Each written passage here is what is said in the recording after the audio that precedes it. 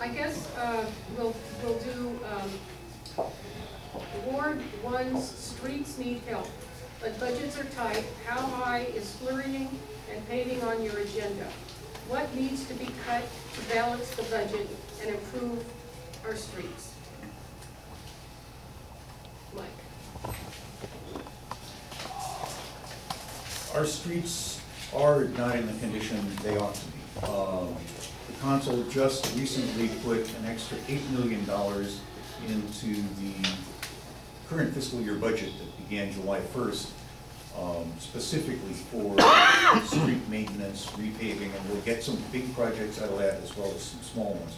An important one to Ward 1, although not this piece of Ward 1, is that will include Magnolia Avenue from Central to 14th Street, which is in poor condition. We need to do the same on North Main Street. It's in pretty bad shape in the truck wreck. Slurrying is important both because it improves the surface short term, but it lengthens the life of the underlying pavement substantially. And we can save a lot of money with a good repair and slurry program rather than waiting until things are degraded when you have to actually grind and pave the entire street. That gets very expensive. It is important that we continue to do that, and I am committed to trying to do that. I argued for that additional $8 million, and I think we will see some additional money come from Senate Bill 1, the gas tax, that will flow into the city.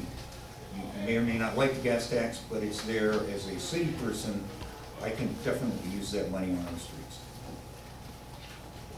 Here. The data absolutely bears out the concern and the question. That when you look on a scale of 1 to 100 in the street index of where Riverside streets as a whole fall, we're at a number 61, which is a failing grade last time I looked. And if funding stays the same for streets in the next year, we'll be slipping into the 50s. And this is a concern I hear a lot when I'm out knocking on doors, the state of our streets here. The question was about what we need to cut. I would flip the question a little bit and say, where do we need to grow? So Councilmember Gardner spoke about SB1 funding, some of which we do receive currently for the streets. I recently learned that there's a competitive pot of funding through SB1 for major arterial streets, and our city has not put together a proposal for that yet. We are leaving money on the table, which is a concern of mine in general. I'd like to make sure that we are going after these competitive grants, that we have a good process in place to make sure we know about them, that we have a proper team assembled, that we're putting together competitive proposals so we can have this money to address the biggest needs in our community, one of which is streets.